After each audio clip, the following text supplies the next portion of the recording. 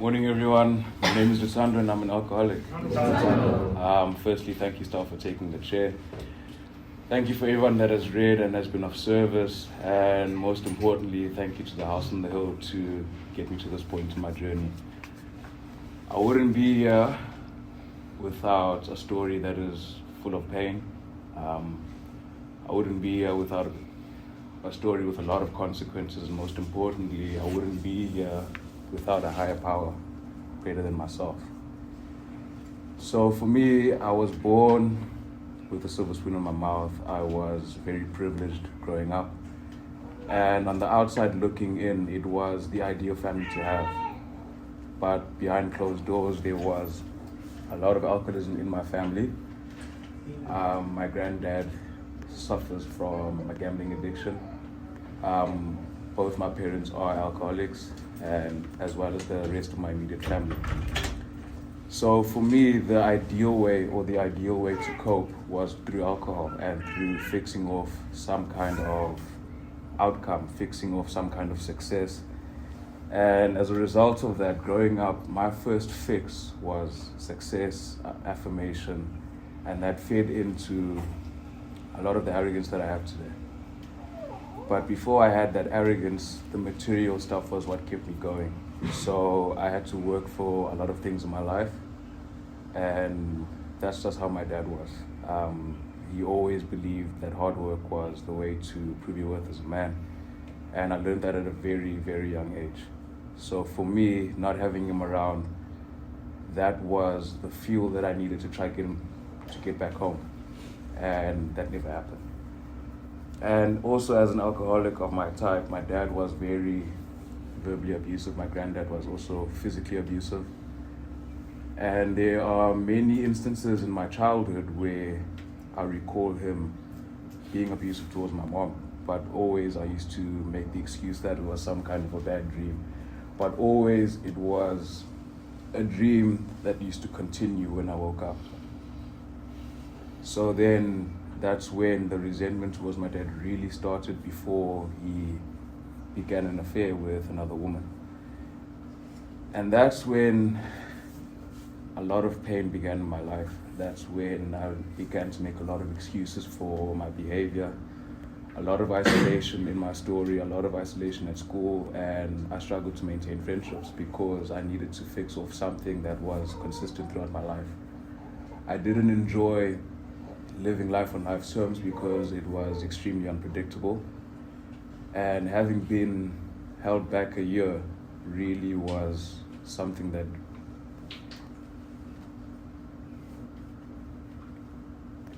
did a lot of damage. I struggled a lot as a kid to speak. I used to stutter quite a lot. And speaking in public was a very big fear of mine. It still is today. But the fact that I can actually do this at meetings is a miracle for me, because I never used to be able to do this. I never used to be able to speak to people the way that I do today. And that's where the fear of rejection really began in my life, because I never thought I would fit in. I always had this feeling that I was an outsider on this world. I always thought that I didn't fit in because of that reason. And it's part and parcel of why I'm anti-establishment, because if the educational system can treat me the way that it did, then I'm gonna throw that right back. So then I changed schools when I was 12 years old because I was bullied in primary school because of my weight. And that was my second fix in life. It was food, because I was isolated. I didn't have any friends. So I needed to find a way to make myself feel better. And food really did make me feel better. And once I got to the 7th grade, that's when a lot of body shaming and a lot of derogatory terms were thrown my way. And that's when I developed an eating disorder, and I didn't want to be comfortable in my body anymore. And that's when I started training. That's when I started joining the gym, but I still wasn't happy with my body. So then gym became my next fix. And then when I started getting attention around that stuff, relationships became my fix. And that all became a package of looking for external stuff to make myself feel better internally. And little did I realize that all of that stuff was a God-shaped hole that was within me. And I tried many ways to make myself feel better. And one of the ways that I did make myself feel better was starting to drink at the age of 15. So for me, drinking was never about having a good time. It was never about conforming to the societal norms that everyone knows drinking to be. It was suppressing a lot of emotion within me. It was escaping from my reality, and that's what my drinking was. And up until that point, I had experienced a lot of loss in my family. I lost an aunt that died of cancer. I lost a childhood friend that I used to walk to and from school with, and I had changed schools as well. So for me, dealing with that pain and not letting off what it is that I was going through, I used to drink. And then by the time I got to grade 11, I had already been labeled as someone who didn't fit in the sense that I was too white for the black kids and too black for the white kids.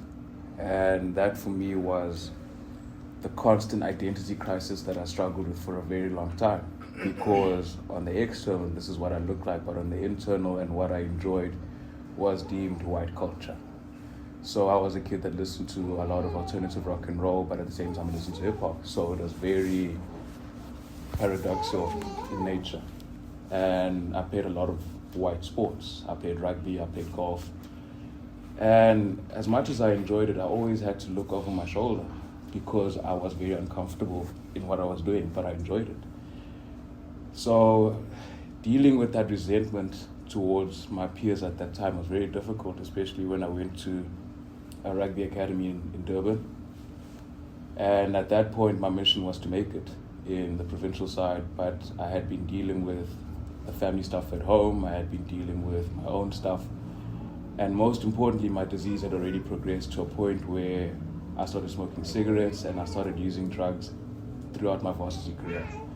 I was attending lectures high, I was going home drunk most of the time, and I didn't really feel any consequences until I was told I wasn't good enough to make the team.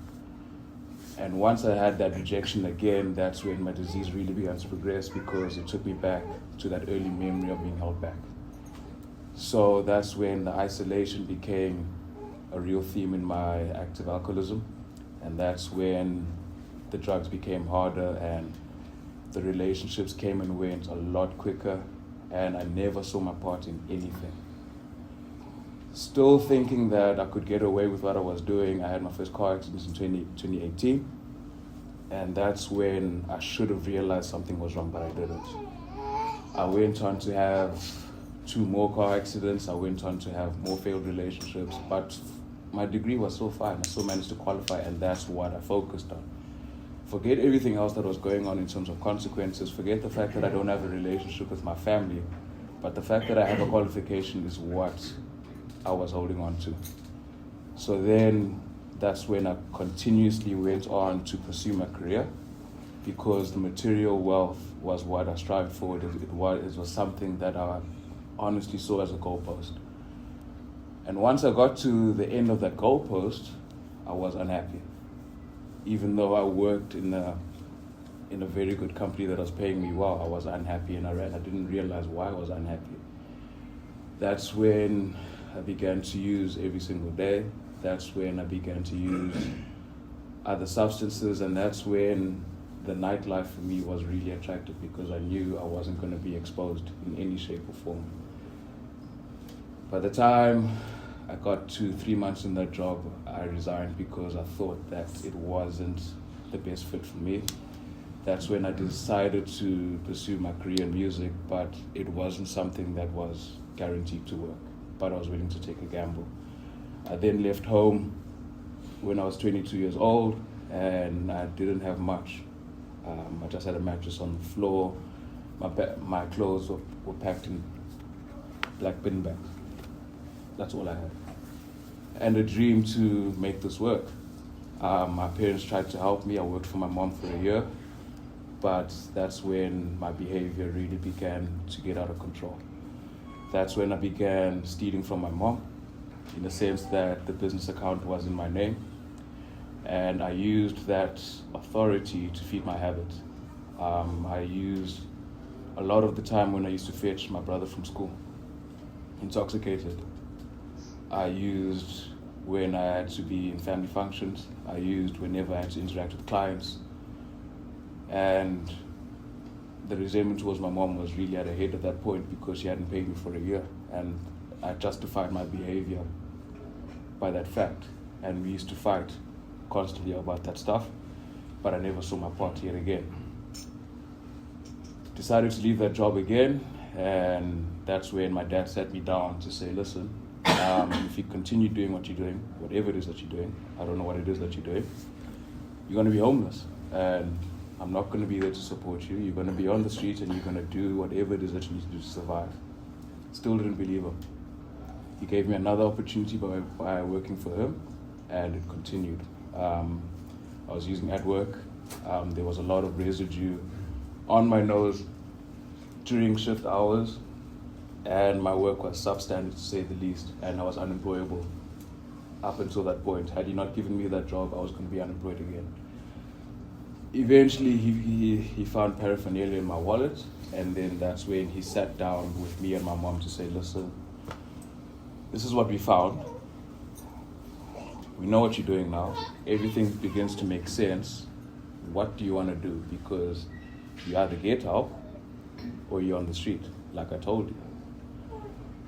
And the irony of that intervention was I was still intoxicated. But something in me just said agree, because I knew if I agreed to getting help, I was going to get my parents off my back, I was going to keep the job, and most importantly, I was going to keep a relationship that I was holding on to for a year. So when I realized that the house on the hill offered a stay of 3 weeks, that's what I told myself. 3 weeks, and I go back to the job, I go back to the flat, I go back to the car, and I go back to the relationship. And then I get into my first concerns meeting. And then one of the counselors correctly pointed out to me that you look angry. And I denied it, like plain out, I denied it.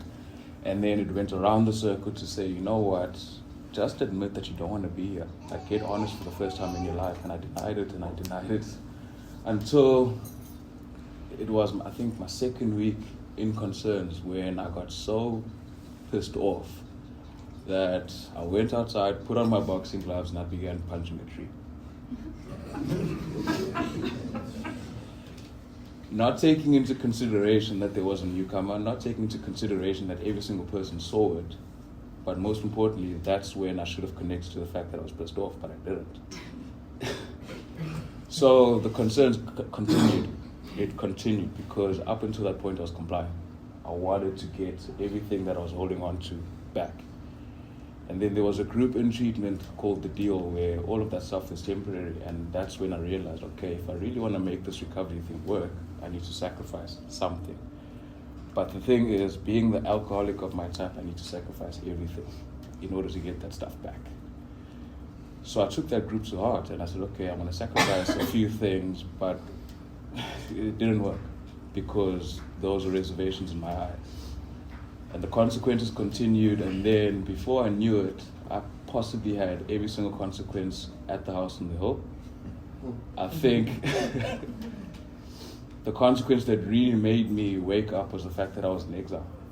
Because the irony of that consequence for me is that I enjoyed isolation up until this point in my life, but the difference was I didn't have a substance in my body. So for me, realizing where my head could take me was the reason why I used, and that's when I realized I do not want to feel this way. And that for me was when I began to start taking my step one. Eventually the group voted me back into the house, and there were still a lot of dishonesties that I was holding on to, a lot of reservations that I was holding on to, and then I had to sit down with my parents and they were begging me to get better, and then that's when I took step one, in the sense that I broke down for the first time in many years. And it was about 2 minutes, maybe even a little bit longer, and my sponsor said, okay, are you done now? And I said, I think so. I'm like, no, and he rephrased the question, are you done fighting? I said, yes, I am. And then another counselor walked in and she asked me, give me one reason why I should let you back in this house. And then I told her, I'm going to change. Because the pain of staying the same was too much. I'd rather go through the pain of changing than hold on to the pain of staying the same. And that's when things really began to change for me, but there were still dishonesties that I was holding on to and reservations. And those reservations and dishonesties came out when I was in the halfway house. So when I got to the halfway house, I got a breakdown of all of the rules, and I said, okay, no relationships, okay, go to meetings, okay, cool, that's fine. But the thing is, the alcoholic of my type always finds loopholes. So for me, when I heard the rule of no relationships in the halfway house, I thought it was relationship within the walls of the halfway house. So I told myself, okay, well, I've got something here that is outside, external. I don't have to see her. I don't have to do much with her. All I need to do is talk to her and just promise her that once I'm done at halfway, this relationship is going to continue. Before I know it, I got concerned for it because I was constantly in my head and I was constantly on my phone talking to her, entertaining this dishonest relationship, and I got exposed to it. And what did I do with being exposed? Instead of getting honest, I got dishonest in concepts. I got dishonest to my sponsor, and that's when my warning for my stay at the halfway got issued. He told me, if you continue doing this and you don't break up with her, you're going to be asked to leave. So then that's when I had to make the decision of, do I really want to hold on to this? No. So I broke up with her. I hated it. I really did hate it because I was in that relationship for a year. And as a result of that, I was extremely resentful towards the halfway house. And I didn't want anything to do with that topic of conversation. I just wanted to get to meetings. I just wanted to go to work. And I wanted to be all by myself. I didn't want to talk about feelings, none of that stuff. Eventually it got better because I realized that that relationship was keeping me sick. And there was a reservation and I needed to clean house. So I don't want to get into too much of the horror stories and stuff like that. The main thing for me is that I just wanted to share on a lot of turning points in my life and in my recovery. And, I was in a meeting last night and they spoke about purpose and they spoke about higher power and all that stuff. For me, I had a very big resentment towards my higher power, but today that's different because my higher power has given me so much in this year. It's given me a job that I absolutely enjoy in the sense that I can touch people's lives every single day. It's given me a space where I can relate to so many people on so many different levels, and I never had that before because whenever I opened my mouth to say this is what's going on for me, there was always that side eye to say, you shouldn't be going through stuff like that. And most importantly, it's given me my family back. It's given me a relationship with my dad that I never thought I would have.